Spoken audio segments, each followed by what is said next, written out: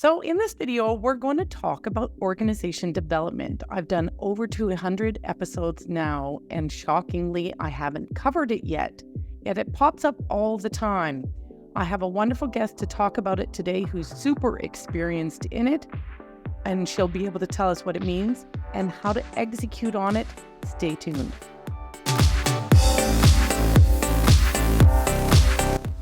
Hi there, I'm Andrea Adams. This is the HR Hub, and on the show we get expert insight into anything related to HR.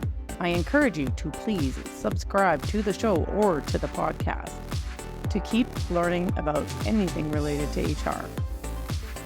So today my guest is Michelle Chambers. Michelle has a list of experiences that's really too long to go over, but here are a few highlights. She is the Program Director for the Center of Excellence in Organization Development and Change at Schulich Executive Education in Toronto. She has a consulting practice. Recently, she was a finalist for a Major Change Leadership Award, and that's just the beginning.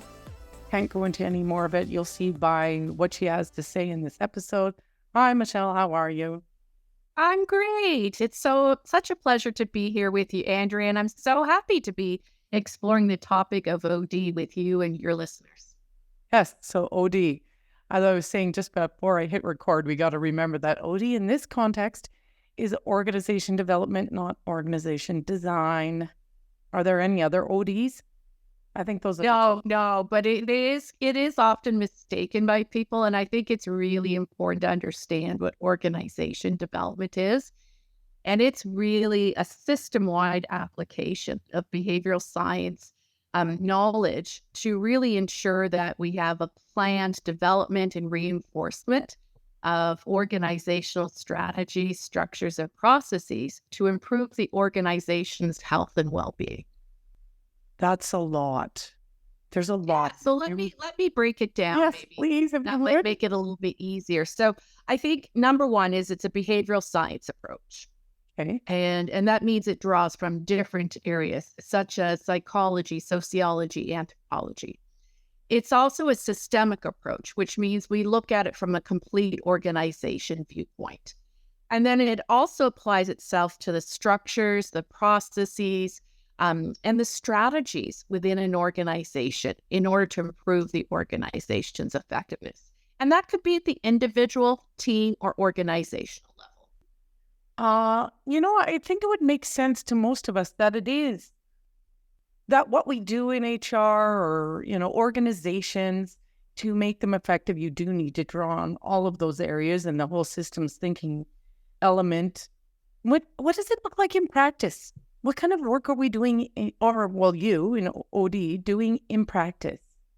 Yeah, so I think there's a number of things. So we might work with individuals one-on-one, for example, in terms of leadership coaching. Okay. We might work with teams, really investing in their development as a team, doing team effectiveness types of support and coaching. Mm-hmm. We might be looking at rolling out to scale leadership development initiatives across an organization. We might be looking at an organizational level of supporting a key organizational transformation and change, maybe at a division or an organizational level. And the key things is that we're always relating it back to the strategy and that we're doing it in conjunction with our organizational partners. So we don't come in as consultants to tell people what we do. We come in as process consultants, which means we partner with our clients to help them understand and diagnose what changes they need and how to implement them effectively. All those things you listed, coaching, leadership development, team. I don't know that you used the word team building, but it was something like that. Anyways, those often come under their own individual, like when we talk in HR, we'll talk about each of those individually, but we don't use this overarching idea of organization development. How does the idea of organization development add value to those activities? I think it's important to think about that it's often done in conjunction with those activities. if you want to break HR down. So for example, you might understand that in your organization, perhaps you aren't adapting really well to change. The organization is losing its marketplace, strengthening. Maybe you don't have the knowledge and the skills required within your current workforce. So we might partner, for example, with talent acquisition and learning and development to ensure that they have identified the right types of skills to be brought into the organization and that they're developing their leaders to be able to support their employees, and that all of that's tied up with strategy. So there's a lot of overlay between some of those functions, and yet they're quite distinct as well. I think the key is really it's a big picture view, and where you're sitting back and you're really helping an organization diagnose what do they need to do in order to meet their strategies moving forward. This is maybe an awkward question, but I'll let you, shed some insight on it. When you think about the typical HR structure, we'll have our centers of excellence. This is in a larger organization. And then we'll have some people in the field, usually the HR business partners and the HR advisors in the field. Where does organization development, if an organization has it, where does it fit or where should it fit? Yeah, so really organization development, or sometimes it's called organization effectiveness within large organizations, really should be a function that's reporting directly into the CHRO. And at that time, too, they would be supporting the HR business partners across the organization. So, for example, let's say you've got a culture change that's required. And there isn't typically someone in HR who's responsible for culture change, but maybe you've just had 2 mergers or maybe you've had an acquisition. Well, HR certainly has the business partners within their functions, but OD might actually bring together all of those HR business partners and actually help support them around identifying what is our current state of culture, what is our future state of culture. We might do some culture assessments and then some action plans in order to move us forward from our present state to the desired future state. It's interesting that sometimes it's called organizational effectiveness. Is it really? It's really the same thing? Because you know what? I haven't done an episode on organizational effectiveness either. Yeah, it's often an interchangeable term. And I would say it really depends on the organization. Okay. What's happened is over the years, HR has been promoting itself traditionally as more of a transactional model, right? So it focuses on the cores of performance management, compensation and benefits, core training development, etc.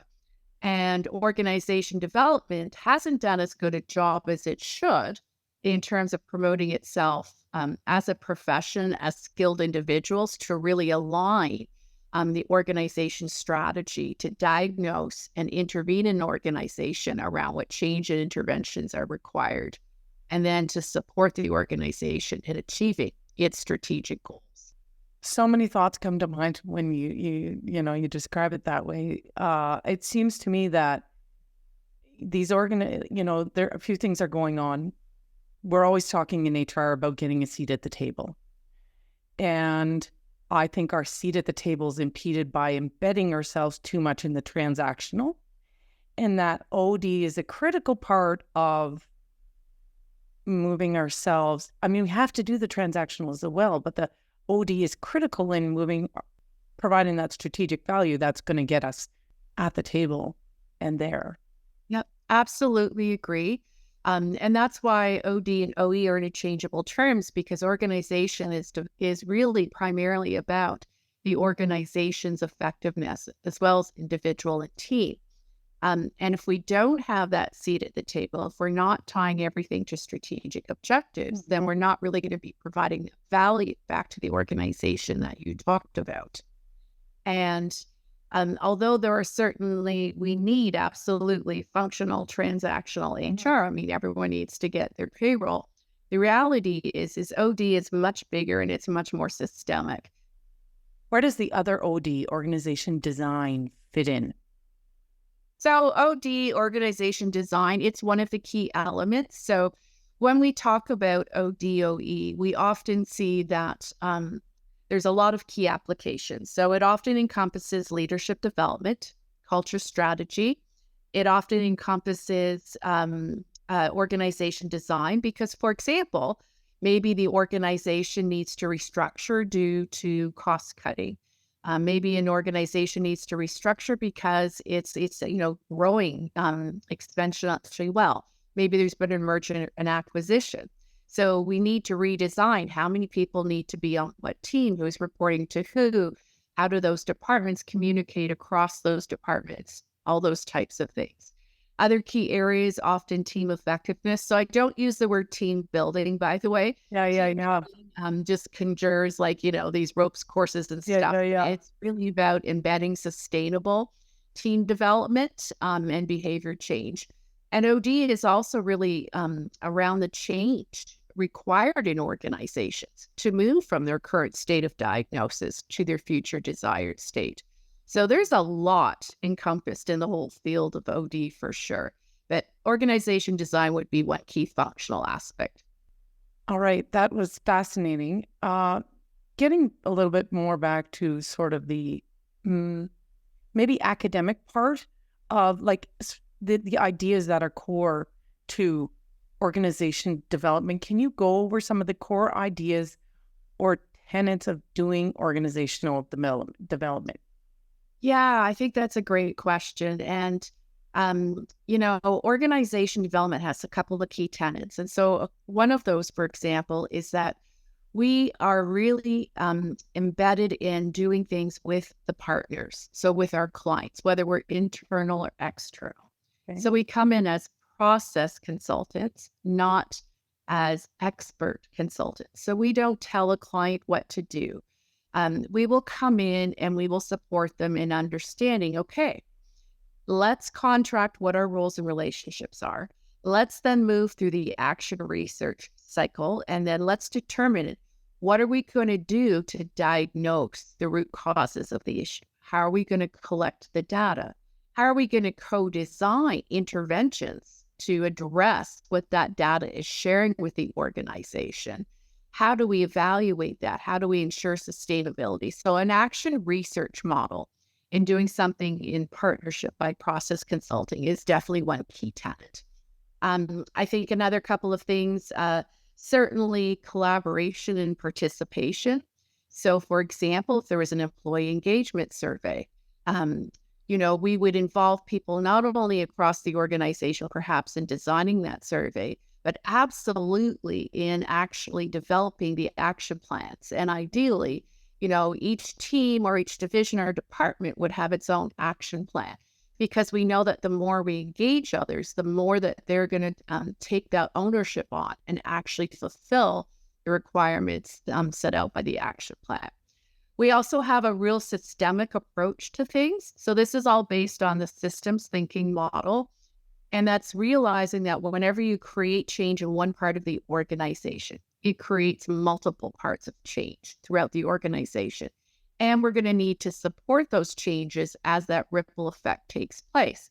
But the systems thinking is also about stepping up and having that 50,000-foot view down into the organization, so you can see how all the systems are connected and all the patterns and trends that are occurring across the organization.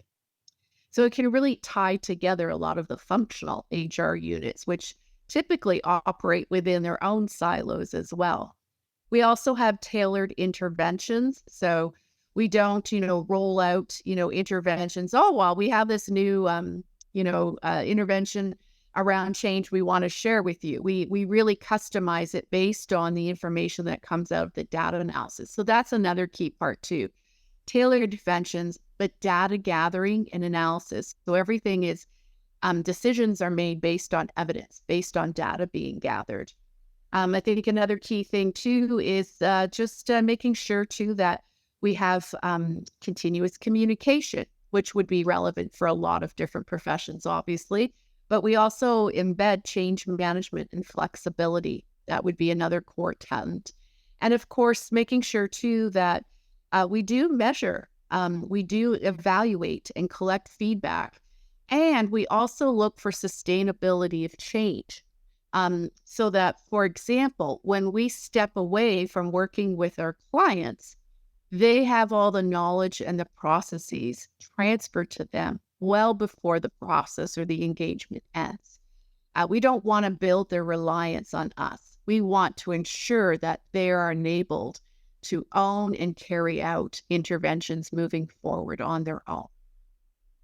Holy moly, that was a lot of stuff. But it's a big field. There's a lot. A lot required for sure. Yeah, there were so many things, but I was also thinking, oh my God, she's articulating what I believe. I mean, anyways, like just the collaboration, the systems thinking, the big picture, there's so much in there. You were talking about systems thinking there and this is just one of many questions I could have asked, but in systems thinking, you take this big picture view and you see how one change is going to impact another area. And in change events, if I ever hear any criticism, it's that we did not consider the downstream effect of a change we are making. But there's a million downstream effects of one change, right? So how do you decide which ones you're going to manage and which ones you don't? Well, that's always done in consultation with the client. And that really comes down to you enabling the client to understand their needs, your understanding of their needs, understanding of the culture, and basically also prioritizing what are those potential scenarios that could roll out. Because you won't have the resources, as you said, to prepare for each one. And so you're going to have to prioritize that. And so I think sometimes going back and historically looking at previous changes, how have they occurred in the organization? Yeah. What might we expect from that? What haven't we done a good job of? What have we traditionally done a good job of? Taking a look at the current culture and even, outside trends. What does that impact us in terms of prioritizing this change? And again, it's the client's understanding of their own system that's really important. And that's why we always work in partnership with them. It's not only to gain their buy-in, but it's to build based on their understanding. So I know we've talked about a little bit about this along the way and you've touched on it, but can you describe some organization challenges that often warrant organization development? For sure. So I think the first one that comes into mind is cultural misalignment. And so, do we have a clearly articulated purpose? Do we have clear values? Are we recruiting people to support those values? Are they working to create the culture that we desire? And leaders are the biggest contributors to creating the culture. So are we supporting the leaders in ensuring that they in turn are role modeling the behaviors and creating the culture that we desire? I think that's one key area. We often get brought in when there's low engagement and morale to take a look at potentially what's happening there. So often you might have, maybe it's a team intervention. Or it might be that, maybe we need to do an employee engagement survey because it's across the organization and we need to diagnose what's happening. We often get brought in for inefficient processes. So maybe there is a slowdown in processes. Perhaps there's bottlenecks or increased costs. So we do have specific processes known as process reengineering, workflow optimization, et cetera, that we might use. Resistance to change, which we've talked about, the leadership and management issues.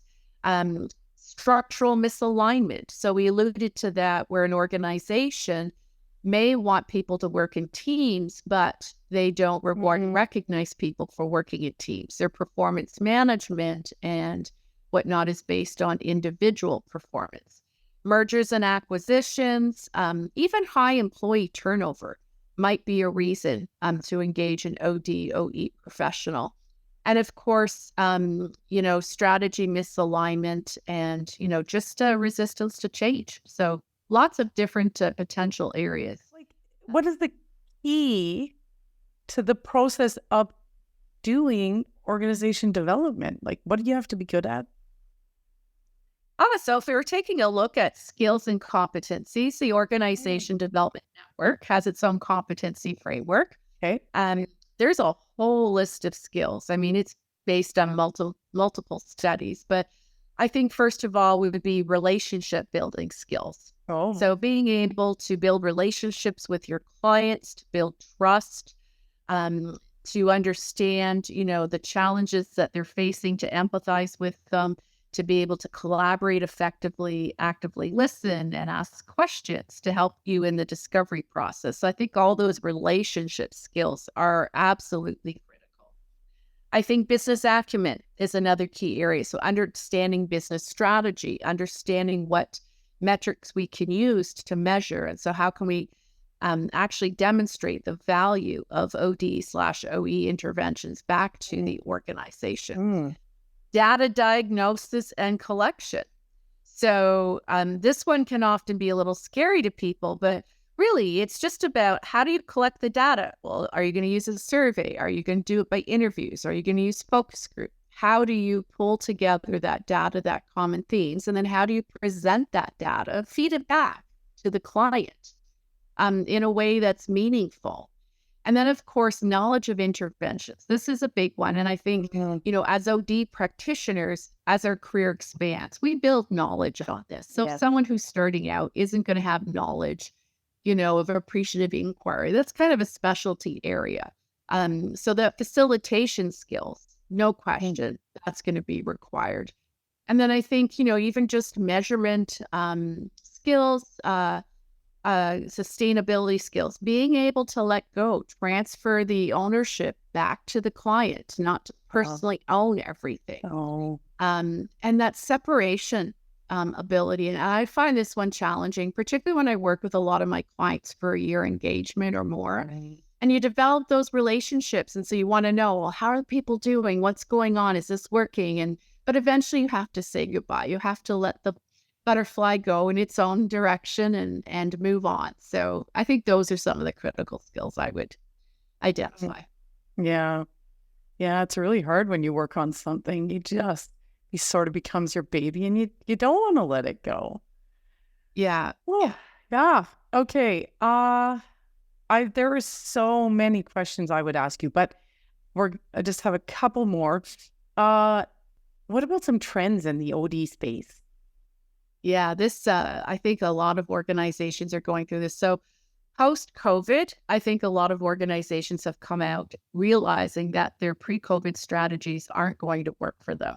There's too much change that they need to undergo. They need to be more agile. Some of them needed to change their markets. They had supply chain challenges. So I think, just even managing change at the speed of change and being able to develop strategies that are going to work to enable the organization to move forward. I think that's a critical one. I think all of us appreciate and recognize that many organizations are still struggling with the whole concept of hybrid work. Should we have, a balance around that? So that's a key area that OD is involved in.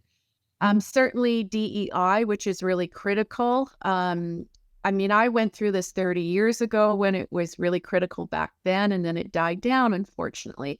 So I'm starting to see some organization making really great progress with that. And then I'm seeing others, it's still a tick list and they're not really moving it forward.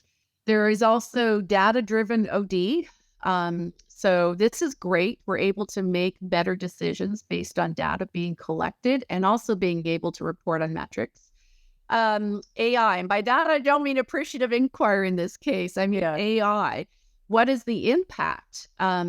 So for example, even in coaching, we're seeing chatbots, virtual reality experiences to do coaching. Resilience and well-being, that's another critical area. Mental health, there's no question. Leaders in particular are really burnt out as a general population. They're really struggling. And then, of course, we have the 5 generations in the workplace. How do we pull all of them together, to ensure that they are working well? And I think cross-functional collaboration and breaking silos is still there. I don't think we've done a good job in really addressing it. I think We've identified it for many years. You know, there's some programs, there's some interventions around it, but we don't continually look at it. So you'll see team of teams and cross-functional leadership and boundary spanning leadership are really key topics as well. You just gave me a tick list of things that I need to I need to interview, find someone to talk to about that and that and that and that. I've done some of it though. Okay. In organization development, final question here. What are your go-to resources if someone wants to really take on this type of thinking more, get involved in OD efforts more? What do you suggest they start reading, look at? Yeah, absolutely. Gosh, don't look at the bookcase behind me because I'm one of those people who's a continuous learner. So Yeah. another one in front of me too. But if I were to pick a couple of resources, Organization Development by Cummings and Worley, it's actually used by a lot of master's programs in OD. I think that's a good functional, kind of more of a textbook though. Flawless Consulting by Peter Block. Really? He's kind of one of those, he's kind of a guru. Yeah. Any book by Edgar Schein around process consultation or culture change, he's definitely a must read. I would also say The Fifth Discipline, Peter Senge, is also a great book to look at learning organizations. Okay. And appreciate that. But HBR also has a lot of good publications around teams and collaboration. Yeah, leadership.